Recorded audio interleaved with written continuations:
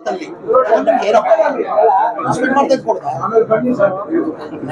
ಅಲ್ಲಿ 11-12 ಎಕರೆದಲ್ಲಿ 250 ಜನಕ್ಕೆ ಸೈಟ್ ಹಂಚಿದ್ರು. ಆಸ್ಟ್ರೇಲಿಯಾದಲ್ಲಿ 250 ಜನಕ್ಕೆ ಸೈಟ್ ಹಂಚಿದ್ರು. ಆಮೇಲೆ ನಾನು ಶ್ರೀರಾಮ ಸಾಹೇಬ್ ಬಹಳ ದಿನದಿಂದ ಬೇಡಿಕೆ ಇತ್ತು, ಆ ಸೈಟ್ ಕೊಡೋದ್ರಿಂದ ಏನು ಉಪಯೋಗ ಆಗಲ್ಲ ಅವ್ರಿಗೆ. ನಾವು ಚನ್ನಪಟ್ಟಣದಲ್ಲಿ ಚುನಾವಣೆ ಟೈಮಲ್ಲಿ 8 ಎಕರೆದಲ್ಲಿ ನಾನು ಡಿ ಕೆ ಶಿವಕುಮಾರ್ ಅವರು ಒಂದು 8 ಎಕರೆದಲ್ಲಿ ಟೋಟಲ್ ಅರ್ಜಿಗಳು 2000 ಚಿಲ್ಲರೆ ಅರ್ಜಿಗಳು ಬಂದಿತ್ತು, ಅಪ್ಲಿಕೇಶನ್ಗಳು ಬಂದಿತ್ತು. ಅದ್ರಲ್ಲಿ ಬರೀ 300 ಜನಕ್ಕೆ ಸೈಟ್ ಕೊಡ್ಬೇಕಂತ ಲ್ಯಾಟ್ರಿ ಮಾಡಕ್ ಹೋಗಿದ್ವಿ ನಾವು. ನಾನು ಡಿ ಕೆ ಶಿವಕುಮಾರ್ ಅವರು ಆಮೇಲೆ ಯೋಗೇಶ್ ಅವರೆಲ್ಲ ಸೇರಿ ಚನ್ನಪಟ್ಟಣಕ್ಕೆ ಹೋಗಿದ್ವಿ. ಆವಾಗ ನಾನೇ ಆ ಲೊಕೇಶನ್ ನೋಡ್ಬಿಟ್ಟು ನಾನಿಲ್ಲ ಸರ್ ಇಲ್ಲಿ ಸೈಟ್ ಕೊಟ್ಟರೆ ಉಪಯೋಗ ಆಗಲ್ಲ, ಬರೀ 300 ಜನಕ್ಕೆ ನಾವು ಸೈಟ್ ಕೊಡೋಕ್ಕಾಗ್ತದೆ. ಮನೆಗಳು ಇದೇ 8 ಎಕರೆದಲ್ಲಿ ಮನೆಗಳು ಕಟ್ಟರೆ ಕನಿಷ್ಠ ನಾವು 1000-1100 ಮನೆಗಳು ಕಟ್ಬೋದು, ಇವ್ರದ್ದೇ ಅಭಿಪ್ರಾಯ ಕೇಳುವಂತ ಜನಗಳು ಅಭಿಪ್ರಾಯ ಕೇಳಿದ್ದೀನಿ. ನಿಮ್ಗೆ ಸೈಡ್ ಬೇಕಾ ಇಲ್ಲ ಮನೆ ಕಟ್ಕೊಡೋದು ಅಂತ.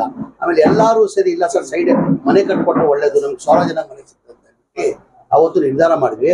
ಆ ಗೊತ್ತಾದ್ಮೇಲೆ ಮೊನ್ನೆ ನಸೀರ್ ಅಹಮದ್ ಸಾಹೇಬ್ರು ನಾವು ಅದೇ ತರ ಒಂದು ಕೋಲಾರಲ್ಲಿ ನಿಸಾರ್ ಇದು ನಿಸಾರ್ ನಗರ 1991 ಅಲ್ಲಿ ಈಗಿರ್ತಕ್ಕಂಥದ್ದು ನಿಮ್ ಜಾಗ ರಾಜೀವ್ ಗಾಂಧಿ ಹೌಸಿಂಗ್ ಕಾರ್ಪೊರೇಷನ್ ಇಂದ ಈ ಸಂಗೊಂಡಲ್ಲಿ ಹತ್ರ ಆಟೋ ರಿಕ್ಷಾ ಡ್ರೈವರು ಮತ್ತೆ ಅದು 250 ಕಾರ್ಮಿಕರು ಅವ್ರಿಗೆ 308 ಸೈಟ್ ಅಲಾಟ್ ಮಾಡ್ಬೇಕು ಅಂತೇಳಿ ಆಯ್ತು. ಬಟ್ ಹಾಗೆ ಅದನ್ನ ಸುಮಾರು ಒಂದು 20 ವರ್ಷದಿಂದ ಹಾಗೆ ಬಿಟ್ಬಿಟ್ರು. ಈಗ ನೀವು ಬಂದ್ಮೇಲೆ ಅದನ್ನ ಮನೆಗಳು ಕಟ್ಕೊಡ್ಬೇಕಂತ ತೀರ್ಮಾನ ಮಾಡಕ್ಕೆ ಅದಕ್ಕಂತ ಒಂದು ಇನ್ಸ್ಪೆಕ್ಷನ್ ಬಂದಿದ್ವಿ ನಾವು. ಅವ್ರಿಗೆ ಸೈಟ್ ಕೊಟ್ಟರೆ ಪಾಪ ಅವ್ರು ಕಟ್ಕೊಳಲ್ಲ. 11 ಎಕರೆ ಜಾಗ ಇದೆ, ಕರೆಕ್ಟ್ ಆಗಿ ನಾವು ಮನೆಗಳು ಕಟ್ಟರೆ G+3 ಕಟ್ಟರೆ ಕನಿಷ್ಠ 1200 1300 ಮನೆಗಳು ಆಗ್ತದೆ. 1300 ಆಗ್ತದೆ. ತಮ್ಮೆಲ್ಲ ಗೊತ್ತಿದ್ದಂಗೆ ಈಗ ಕೇಂದ್ರ ಸರ್ಕಾರದಿಂದ 1.5 ಲಕ್ಷ ಕೊಡ್ತಾರೆ, ರಾಜ್ಯ ಸರ್ಕಾರದಿಂದ 1.5 ಲಕ್ಷ ಕೊಡ್ತಾರೆ. ಈಗ ಅಡಿಷನಲ್ ಮೊನ್ನೆ ನಮ್ಮ ಸರ್ಕಾರ ಬಂದಾದ್ಮೇಲೆ ಹಿಂದಿನ ಸರ್ಕಾರದಲ್ಲಿ ಸಿದ್ದರಾಮಯ್ಯ ಅವರ ಮುಖ್ಯಮಂತ್ರಿ ಇರುವಾಗ 2015, 16, 17, 18 ಸ್ಲಮ್ ಬೋರ್ಡ್ಗೆ 1,80,253 ಮನೆಗಳು ಸ್ಯಾಂಕ್ಷನ್ ಮಾಡಿದ್ರು. ಅದ್ರ ಜೊತೆ ರಾಜೀವ್ ಗಾಂಧಿ AHP ಸ್ಕೀಮ್ ಅಂತ ಅದಲ್ಲಿ 47,860 ಒಟ್ಟಾಗಿ 2,30,30,000 ಮನೆಗಳು ಹಿಂದಿನ ಸರ್ಕಾರದಲ್ಲಿ ಸಿದ್ದರಾಮಯ್ಯ ಮುಖ್ಯಮಂತ್ರಿ ಇರುವಾಗ ಸ್ಯಾಂಕ್ಷನ್ ಮಾಡಿದ್ರು. ಅದಾದ್ಮೇಲೆ ಸಮ್ಮಿಶ್ರ ಸರ್ಕಾರ ಬಂತು 1 ವರ್ಷ, ಆಮೇಲೆ BJP ಸರ್ಕಾರ 4 ವರ್ಷ ಇತ್ತು. ಒಂದು ಮನೆನೂ ಸ್ಯಾಂಕ್ಷನ್ ಮಾಡಿ ಒಂದು ಮನೆನೂ ಕೊಡಕ್ಕೆ ಸಾಧ್ಯ ಆಗಲ್ಲ. ನಮ್ಮ ಸರ್ಕಾರ ಬಂದಾದ್ಮೇಲೆ ನಾನು ಮಂತ್ರಿ ಆಗಿ ಮಾಡ್ತಾರೆ, ಆ ಕಾರಣಕ್ಕೆ 7.5 ಲಕ್ಷ ಕಾಸ್ಟ್ ಆಗಿದ್ದು. ಕೇಂದ್ರ ಸರ್ಕಾರದಿಂದ 1.5 ಲಕ್ಷ ಬರ್ತಾ ಇತ್ತು, ರಾಜ್ಯ ಸರ್ಕಾರದಿಂದ 1,20,000 ಜನರಲ್ಗೆ SC ST ಇದ್ರೆ 2 ಲಕ್ಷ, ಅವರೇಜ್ ತಗೊಂಡ್ರೆ 1.5 ಲಕ್ಷ. ಅಂದ್ರೆ 7.5 ಲಕ್ಷದಲ್ಲಿ 3 ಲಕ್ಷ ಹೋದ್ರೆ ಎಷ್ಟು ಉಳಿತದೆ?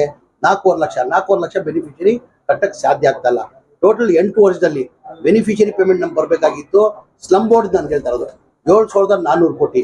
ಅದೇ ತರ ರಾಜೀವ್ ಗಾಂಧಿ AHP ಸ್ಕೀಮ್ದು 2,100 ಕೋಟಿ. ಅಂದ್ರೆ ಒಟ್ಟಾಗಿ 9,000 ಕೋಟಿದಲ್ಲಿ ಒಟ್ಟು ಟೋಟಲ್ ಬಂದಿರೋದೇ 410 ಕೋಟಿ ಬಂದಿದೆ. ಯಾರೋ 5,000 ಕೊಟ್ಟವ್ರೆ, ಯಾರೋ 10,000 ಕೊಟ್ಟವ್ರೆ, ಯಾರೋ 15,000 ಕೊಟ್ಟವ್ರೆ. ಒಬ್ಬ ಬಡವ್ರು ಕೊಡಕ್ ಸಾಧ್ಯ ಆಗಲ್ಲ, ಎಲ್ಲ ಬೀದಿಯಲ್ಲಿ ಇದ್ರು.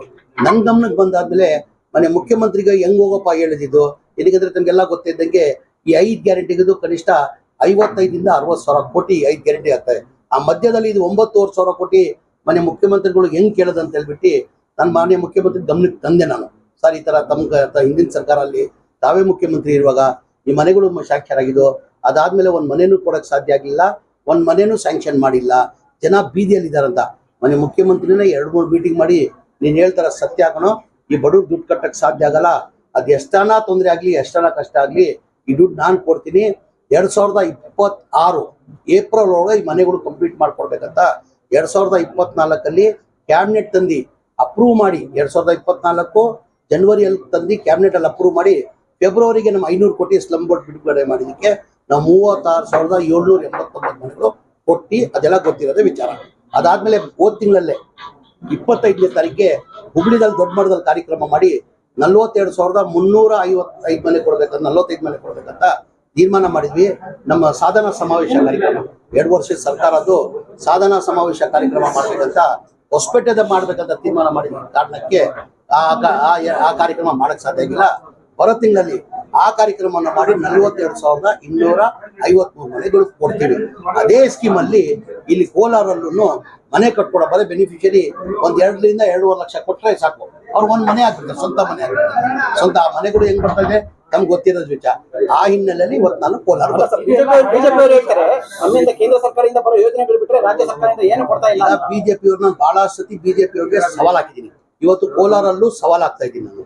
ಬಿಜೆಪಿ ಕಾಲದಲ್ಲಿ ಒಂದ್ ಮನೆ ಏನಾರ ಕೊಟ್ಟಿದ್ರೆ ಸ್ಲಮ್ ಬೋರ್ಡ್ ಅಲ್ಲಿ ರಾಜೀವ್ ಗಾಂಧಿಯಲ್ಲಿ ಏನಾರ ಒಂದ್ ಮನೆ ಅವ್ರು ಏನಾರ ಕೊಟ್ಟಿದ್ರೆ ನಾನು ರಾಜಕೀಯದಿಂದ ನಿವೃತ್ತಿ ತಗೊಂತೀನಿ.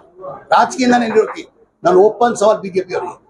ಒಂದ್ ಮನೆ ಏನಾರ ಸ್ಲಮ್ ಬೋರ್ಡ್ ಅಲ್ಲಿ ಇಲ್ಲಿ ರಾಜೀವ್ ಗಾಂಧಿ HP ಸ್ಕೀಮ್ ಅಲ್ಲಿ ಒಂದ್ ಮನೆ ಏನಾರು ಕೊಟ್ಟಿದ್ರೆ, ಯಾಕಂದ್ರೆ ನಾವು ಚುನಾವಣೆ ಟೈಮಲ್ಲಿ ಘೋಷಣೆ ಮಾಡಿರ್ಲಿಲ್ಲ, 5 ಗ್ಯಾರಂಟಿಯನ್ನ ಘೋಷಣೆ ಮಾಡಿದ್ವಿ. ಅದಕ್ಕೇನಂದ್ರು ಬಿಜೆಪಿ ಅವರು ಈ ಬರೀ ಚುನಾವಣೆ ಭಾಷಣ ಮಾಡಿದ್ದಾರೆ, ಆ ಗ್ಯಾರಂಟಿಗಳು ಲಾಗು ಮಾಡಕ್ ಸಾಧ್ಯ ಆಗಲ್ಲ.